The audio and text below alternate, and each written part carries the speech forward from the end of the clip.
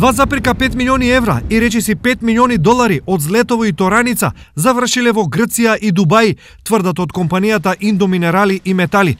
Нивниот правен застапник денес поднел кривична пријава против супружниците И.Ј. и Б. и Ц. поради даночно затојување.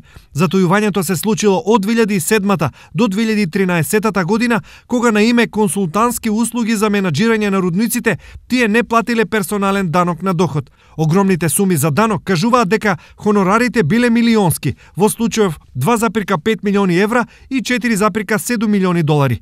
Дали супружниците за консултантски услуги навистина добивале толку големи пари или тоа било договор од фирмата и државата да се извлечат што повеќе пари е прашање, но според досегашните завршни сметки, Индоминерали покажуваше релативно скромни резултати. Од друга страна, Веста, коментарот за кривичната пријава во Пробиштип и Кривопаланка дојдоа со светлост на брзина. Го жалиме Бинани, може би е искрен инвеститор, но и предходното и сегашното раководство на рудниците работи за личен интерес. Страдаат рударите кои едва ја добиваат плата и работат во мизерни услови. Изјавија од Синдикатот на рударите за ТВ Стар.